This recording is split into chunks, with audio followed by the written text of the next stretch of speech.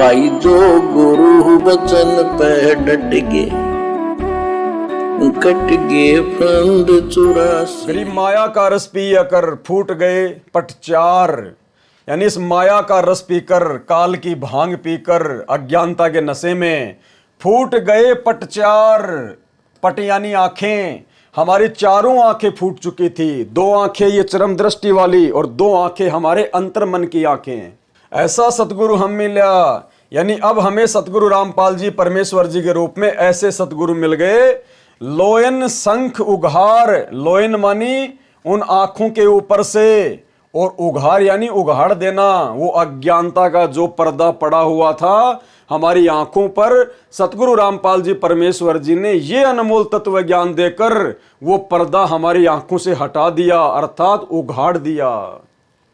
गरीब माया का रस पी कर फूट गए पट चार, ऐसा सतगुरु हम मिला लोयन शंख उघार। माया के संग्रह की लगन में हमारे चारों पट यानी आंखें फूट गई, अर्थात समाप्त हो गई थी। दो आंखें स्थूल शरीर की जो केवल अपना परिवार, रिश्तेदार या संपत्ति और कारोबार तक ही सीमित थी। भगवान को देखने वाली न होने के कारण आंखें होते हुए भी ज्ञानहीन अर्थात अंधे थे। दो आंखें सूक्ष्म शरीर में हैं। चरम दृष्टि बंद करने के पश्चात इंसान सूक्ष्म दृष्टि से देखता है। यथार्थ ज्ञान सतगुरु से न मिलने के कारण वह भी काल के लोक में भटकता रहता है। वह सूक्ष्म शरीर की दोनों पट यानी आंखें भी व्यर्थ है। हमको ऐसा सतगुरु मिला जिसने ऐसा तत्व ज्ञान दिया जिससे हमारी शंख लोचन अर्थात आंखें उघाड़ दी। किसी गुप्त वस्तु को बेपर्दा करने को उघाड़ना कहते हैं। उसी शब्द को उघार कहा है। अज्ञान का पर्दा हट गया, हमें अधिक विवेक हो गया। यानी सतगुरु रामपाल जी परमेश्वर जी से उपदेश लेने से पहले आप और हम केवल माया की दौड़ में दौड़ लगा रहे थे।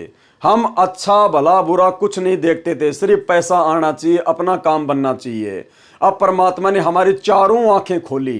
पहले तो चारों आंखें हमारी बंद थी। इन आंखों से भी केवल हमें अपना ही सवार दिखाई देता था और सूक्ष्म शरीर की आंखें तो बेचारी बंद पड़ी हुई थी। अब परमेश्वर ने चरम दृष्टि तो खोली, साथ में अपना तत्व ज्ञान हमारे अंतःकरण में समाविष्ट करके परमेश्वर ने सूक्ष्म शरीर की भी आंखें खोल दी, अर्थात वो ज्ञान वाली आंखें भी खोल दी। भाई जो गुरु बचन पे डट गे, कट गे फंद 84 के, कट गे फंद 84 के, कट गे फंद 84 के।